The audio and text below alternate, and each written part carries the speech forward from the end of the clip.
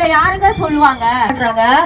போர்ல புற முதுகு காட்டிட்டு ஓடுவாங்க பாருங்க கோழை. சட்டமன்றத்தில் பதில் சொல்லுங்கயா.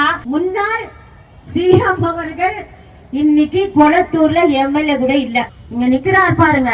இவர் பல பேரை உருவாக்கி இருக்காரு. அடிமட்ட தொண்டனுக்கு ஹை லெவல்ல கொடுத்திருக்காரு.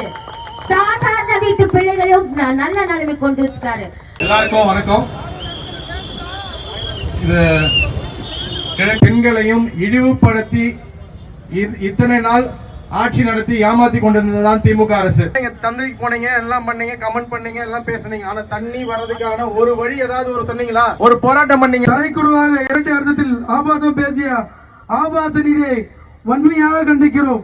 தரங்கட்டு பேச என்ன தகுதி இருக்கு உதயநிதி ஸ்டாலின் அவர்களே? திமுக அரசு நீங்கள் ஏற்கனவே கண்டிக்கின்றோம் கண்டிக்கின்றோம் உதயநிதியை கண்டிக்கின்றோம் உதயநிதியை கண்டிக்கின்றோம். ஊர் நடுவே பேசும் ஆபாசத்தை உன் வீட்டில் பேசுவையா?